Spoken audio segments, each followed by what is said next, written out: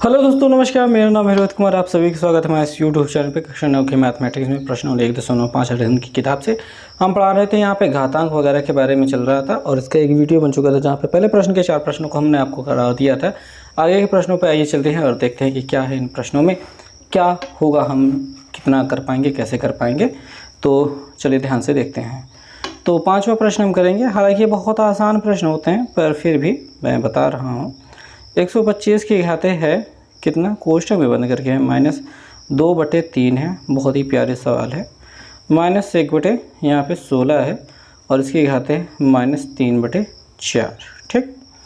अब देखिए, मैंने आपको थोड़ी देर पहले मतलब पिछली वीडियो में बताया था कि जैसे किसी की घात -1 है तो वो 1/x की घात उसकी घात प्लस में होती है। जैसे यहाँ पे 4 है तो यहाँ पे 4 हो जाएगी, यहाँ पे 1 थी तो यहाँ पे 1 रहेगी। हालांकि 1 लिखा नहीं जाता तो इसलिए गायब हो जाती है।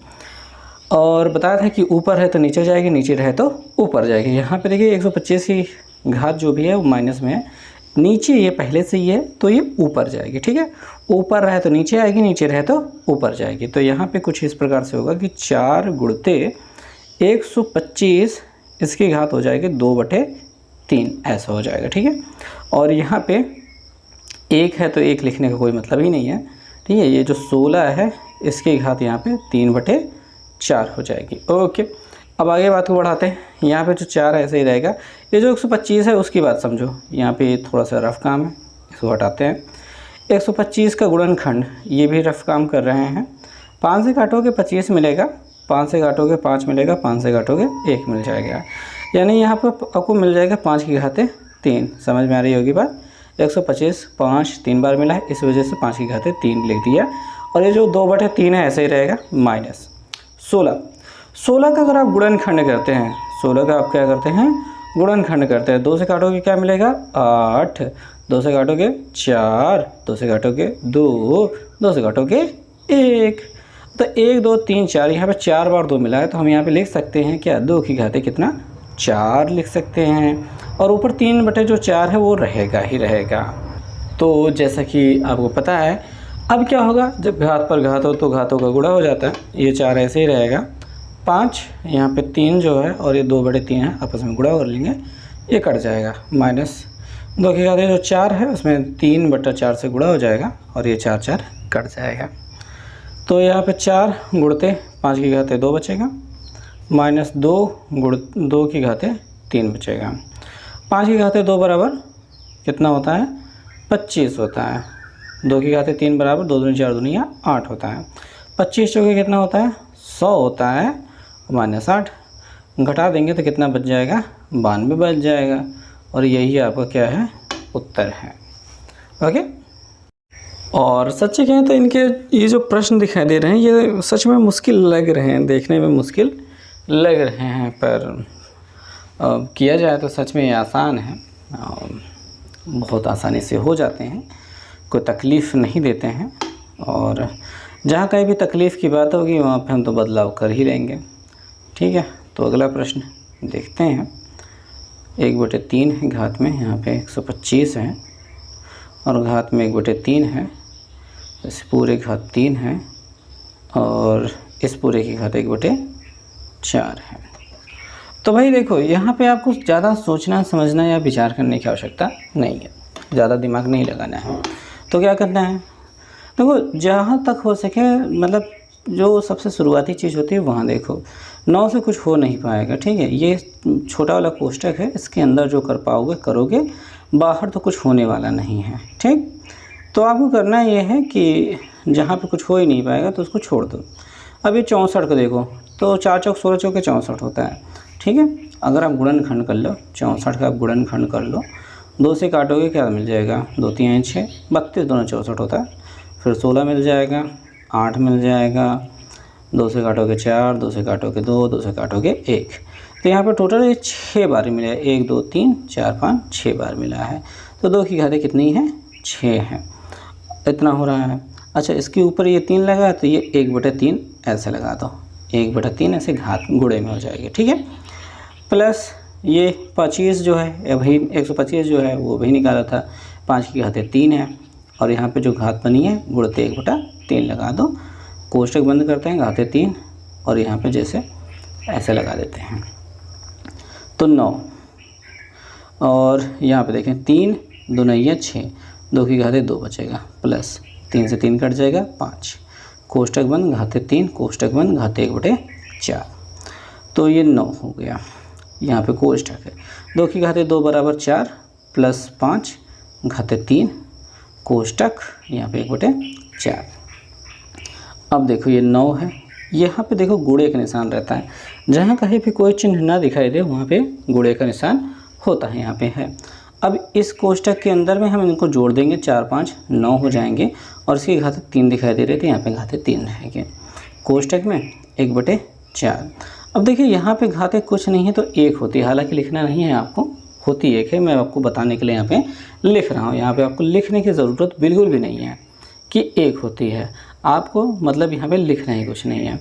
ये घाते 1 है, ये घाते 3 है, और गुणे में घाते क्या होती हैं, जुड़ती हैं। तो आपको पता होना चाहिए कि 9 की घाते यहाँ पे 1 थी और इसकी घाते 3 जुड़ जाएंगे, और ये 1/4 जो है ऐसे रहेगा। तो 9 की घाते ये 3 1 4 हो जा रही है, समझ में आ रही बात, और उसकी घात 1/4 है। अब 9 की घाते 4 गुणते 1/4 हो जाएगा। क्यों 1/4 गुणे में हो जाएगा, क्योंकि घात पर घात हो तो घातों का गुणा हो जाता है। तो यहाँ पे क्या बचेगा, 9 बच गया। तो यह प्रश्न इस प्रकार से होगा। प्रश्न कोई बड़ी चीज़ें नहीं होती हैं, बस नियम को आपको याद रखना होता है, फॉलो करना होता है, ऐसे चलते रहो, सारी चीज़ें बहुत आसानी से हो जाती हैं। ठीक है, चिंता करने की कोई आवश्यकता नहीं होती है। चलिए इस प्रश्न में देखते हैं कि यदि z बराबर आपको 0.0064 दिया है, तो आपसे पूछ रहा है कि 1/z इसकी घाते 1/2 इसकी वैल्यू क्या होगी।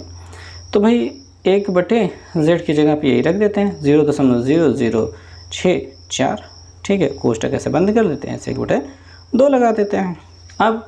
अब आप जानते हो कि दशमलव हटाते हैं तो 0 बढ़ाते हैं, दशमलव हटाते हैं तो 0 बढ़ाते हैं। अगर ऊपर से दशमलव हटाते हैं तो नीचे 0 बढ़ाते हैं, और नीचे से दशमलव हटाते हैं तो ऊपर 0 बढ़ाते हैं। अब देखिए यहाँ पे दशमलव लगा है, दशमलव के बाद 1 2 3 4 गिनती हैं, हम यहाँ से दशमलव हटाएंगे तो ऊपर कितनी 0 बढ़ाएंगे, 4, क्योंकि 1 2 3 4। तो ये 1 तो ऐसे ही लिखा रहेगा 1 2 3 4, यानी 1 2 3 4 ऐसे हो जाएगा, और नीचे जो 64 है ऐसे लिख दिया जाएगा। आप कहोगे ये दोनों 0 कहाँ गए, ये दोनों 0 यहाँ पे होते हैं पर लिखे नहीं जाते हैं, वो उसके साथ होते हैं। यहाँ पे 1/2 दिखाई दे रहा है। अब 1/2 का मतलब होता है वर्गमूल लेना, ठीक है, वर्गमूल। अब देखो यार, करने को तो बहुत आसान है और करने को थोड़ा सा मुश्किल भी है। मैं क्या समझाऊँ आपको, कैसे समझाऊँ। देखो वर्ग अंडर रूट, ये 1/2 का मतलब होता है अंडर रूट, ठीक, ये अंडर रूट ऐसा ऐसा। अब किसका वर्ग 64 होता है, तो 8 8 64 होता है, किसका वर्ग होता है, 8 का होता है। ये किसका होता है, 8 गुणते 8 का होता है। और इस 10,000 किससे मिलता है, 100 गुणते 100 से, 100 गुणते 100 बराबर 10,000, 100 गुणते 100। देखो इसके पास 2 0, इसको 2 0, दोनों मिलकर के 4 0 अलग हो गया। अब जब वर्गमूल निकालेंगे तो 100 और 100 को जोड़ा मिलकर के यहाँ पे 100 मिलेगा, 8 8 का जोड़ा मिलकर यहाँ पे 8 मिलेगा, इतना मिल जाएगा, ठीक है। अब इतना जब मिल गया है तो इसको थोड़ा सा हल कर देते हैं, छोड़ा कटा देते हैं। 4 से काट देंगे, 2 से काट देंगे 4 मिल जाएगा, 2 से काट देंगे 50 मिल जाएगा, 2 से काट देंगे 2 मिल जाएगा, 2 से काट देंगे 25 मिल जाएगा, 2 से भाग कर देंगे 25 का 12.5 12.5 हो जाएगा।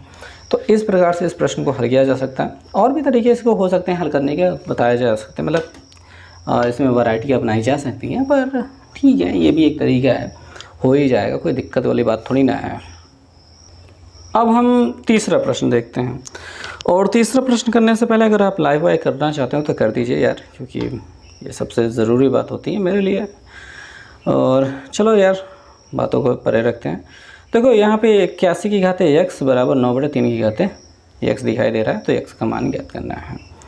तो हमको दिखाई दे रहा है 81 की घाते x बराबर 9/3 की घाते x, ठीक। अब यहाँ पे हम एक बात जानते हैं कि 81 जो होता है इसका गुणनखंड कर लेते हैं हम। 3 से काटेंगे तो 27 मिलेगा, 3 से काटेंगे तो 9 मिलेगा, 3 से काटेंगे तो 3 मिलेगा, 3 से काटेंगे तो 1 मिलेगा। कितनी बार मिला 3, 4 बार मिला है। तो 81 की जगह हम लिख सकते हैं 3 की घाते 4 और उसकी घाते x बराबर, ऐसे ही 9 को लिख सकते हैं हम 3 की घाते 2, ठीक है, 9 को लिख सकते हैं 3 की घाते 2, और यहाँ पे 3 की घाते x है। अब यहाँ पे घात पर घात है तो घातों का गुणा हो जाएगा, यानी 3 की घातें 4 गुणते x हो जाएगा बराबर। यहाँ पे घाते भाग में घातें घटती है, बटे का मतलब भाग होता है, बटे में लिखे होने का मतलब भाग होता है, और इस भाग का मतलब घटेंगे, यानी 3 की घातें इन 2 और x में से 2 में से x घट जाएगा, कुछ ऐसा। अब यहाँ पे देखेंगे घातों की तुलना कर पर, घात की तुलना करने पर हमको मिलेगा 4x बराबर 2 माइनस x। क्या मिलेगा? 2 माइनस x मिलेगा। ठीक है, ये 4 गुणते x का मतलब 4x, 4 गुणते x का मतलब क्या होगा?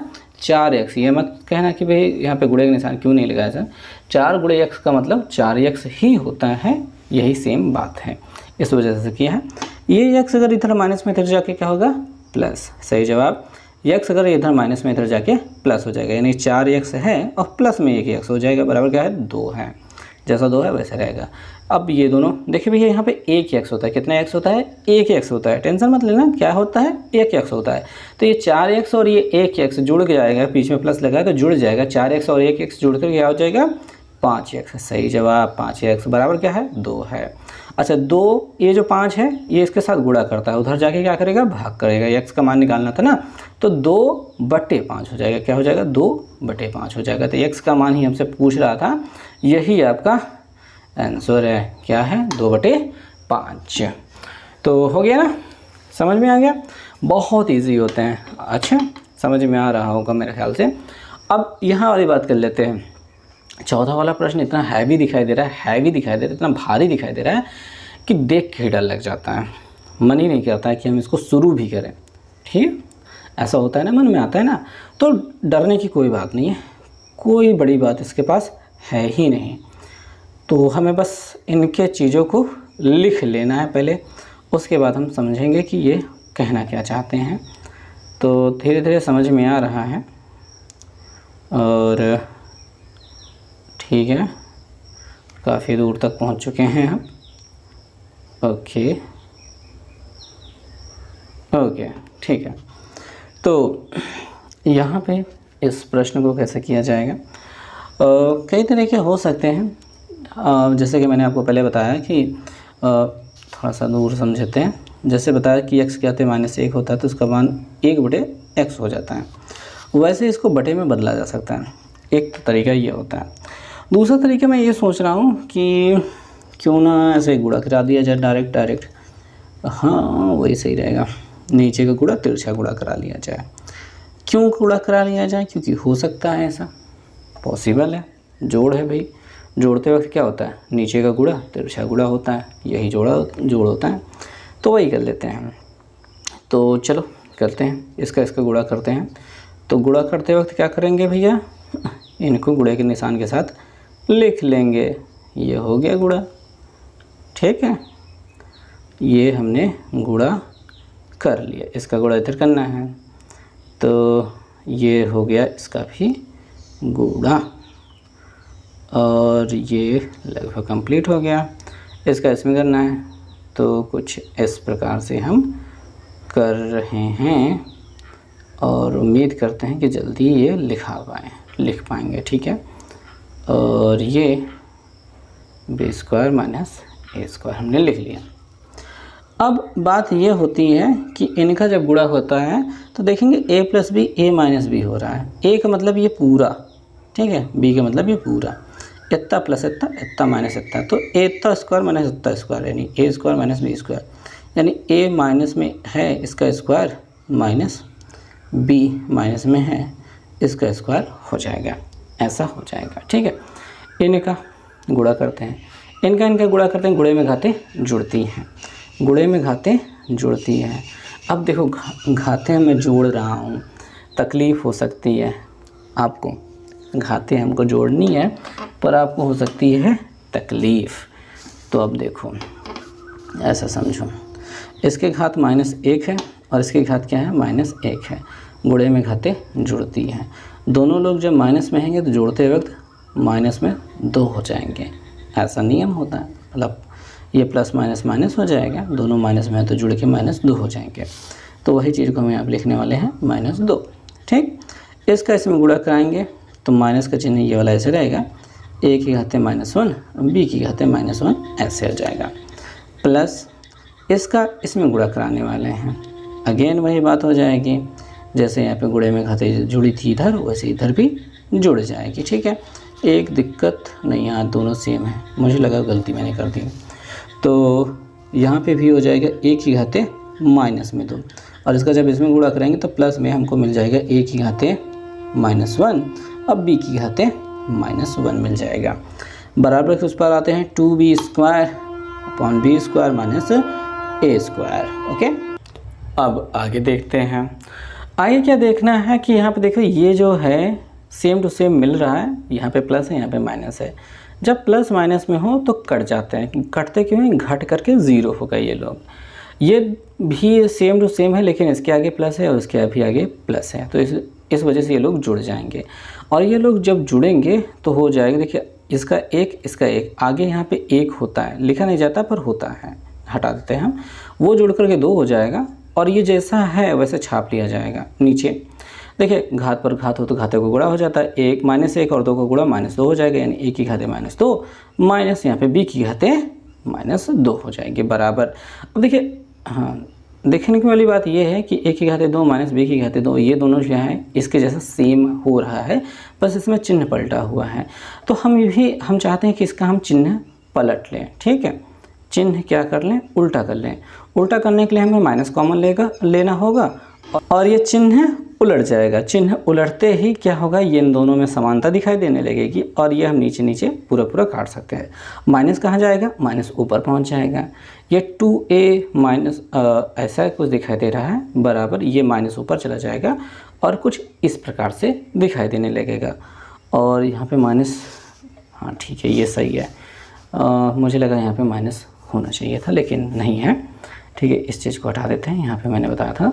अब इस 2 और 2 को भी काटा जा सकता है। ओके, अब जिसकी घातें माइनस में होती है वो तो नीचे जाता है, जाहिर सी बात है, तो ये 1/1 की घातें 2 हो जाएगा बराबर। यहाँ पे माइनस दिखाई दे रहा है और b की घातें 2 दिखाई दे रहा है, कोई दिक्कत नहीं है। a² जो नीचे है इसको इधर भेज देते हैं गुणा करने के लिए, तो ये एक ऐसे रहने देते हैं, ये वाला एक ऐसे रहने देते हैं, ये इधर जाके गुणा कर लेगा, -a² और b² कर लेते हैं। ठीक है, अब इस माइनस को क्या कर लेते हैं, इधर भेज देते हैं, दोनों तरफ -1 से गुणा कर देंगे तो ये वाला प्लस जो है माइनस में हो जाएगा और ये वाला माइनस प्लस में हो जाएगा, कुछ इस प्रकार से ऐसा। ठीक है, अब मैं चाहता हूँ कि इन दोनों से जो घाते 2 है कॉमन ले ली जाए, ये -1 पड़ा रहने दिया जाए। कॉमन लेने का मतलब कुछ इस प्रकार से लिखना, ये ऐसा लिखा जा सकता है। जब कोष्टक में बंद करके घाते 2 हो तो इसका मतलब होता है ये दोनों के ऊपर ये घाते हैं। ठीक है, अब अगर 2 को इस घाते 2 को इधर भेज दिया जाए, मतलब भेजना चाहें अगर, ठीक है, तो हम कह सकते हैं कि 2 उधर जाके बटे में हो जाएगा, दोनों पक्षों को वर्गमूल लेने पर AB। ठीक है, दोनों पक्षों को वर्गमूल लेने पर ये जो हो जाएगा √-1 हो जाएगा। इसका वर्गमूल लेंगे तो AB बचेगा, इसका वर्गमूल लेंगे तो √-1 होगा। और देखेंगे जैसे कि चौथा प्रश्न है, इसमें कोई उत्तर दिया नहीं गया है इस चौथे प्रश्न का, बस ये सरल करने को कह रहा है, तो यथासंभव हमको जितना समझ में आया हमने आपको पहुंचा दिया है। हालांकि आप इसको भी उत्तर के रूप में ले सकते हैं, इसको भी उत्तर के रूप में ले सकते हैं, इसको भी उत्तर के रूप में ले सकते हैं और इसको भी उत्तर के रूप में ले सकते हैं। हर एक लाइन अपने आप में एक उत्तर के रूप में लिख रही है, ऐसा हो सकता है, पॉसिबिलिटी है। तो इस प्रश्न में बस इतना ही है, सरल करना बस इतना ही है। हो सकता है इतना लंबा प्रश्न है, कहीं ना कहीं गलती हो गई हो तो उसके लिए माफ़ करना भाई। वैसे मैंने नियम तो सही लगाया पर कभी कभी गलती लिखने में हो जाती है, पर कोई बात नहीं, मैंने कोशिश करी है कि आपको नियम सही बताऊं। देखिए, नियम पर कायम रहना चाहिए, नियम सबसे महत्वपूर्ण चीज़ होती है। नियम अगर आपका सही चल रहा है तो कितने भी आप क्वेश्चन गलत कर लें, पर हर क्वेश्चन गलत नहीं होता है, कुछ एक क्वेश्चन गलत हो जाते हैं गलती की वजह से, बाकी आप हमेशा सही स्थिति में रहेंगे। तो उम्मीद करता हूँ ये प्रश्न आपको समझ में आ गया होगा। आगे के प्रश्नों पर थोड़ा सा नज़र डालें और प्रयास करें कि आप लोग उसे कर पाएँ। और अभी हम क्या करेंगे, इन चीज़ों को यहीं पे समाप्त करेंगे। मिलते हैं नेक्स्ट वीडियो में, ताकि आगे के प्रश्नों को अगले वीडियो में बता सकें। इस वीडियो में बस इतना ही, देखने के लिए बहुत बहुत धन्यवाद।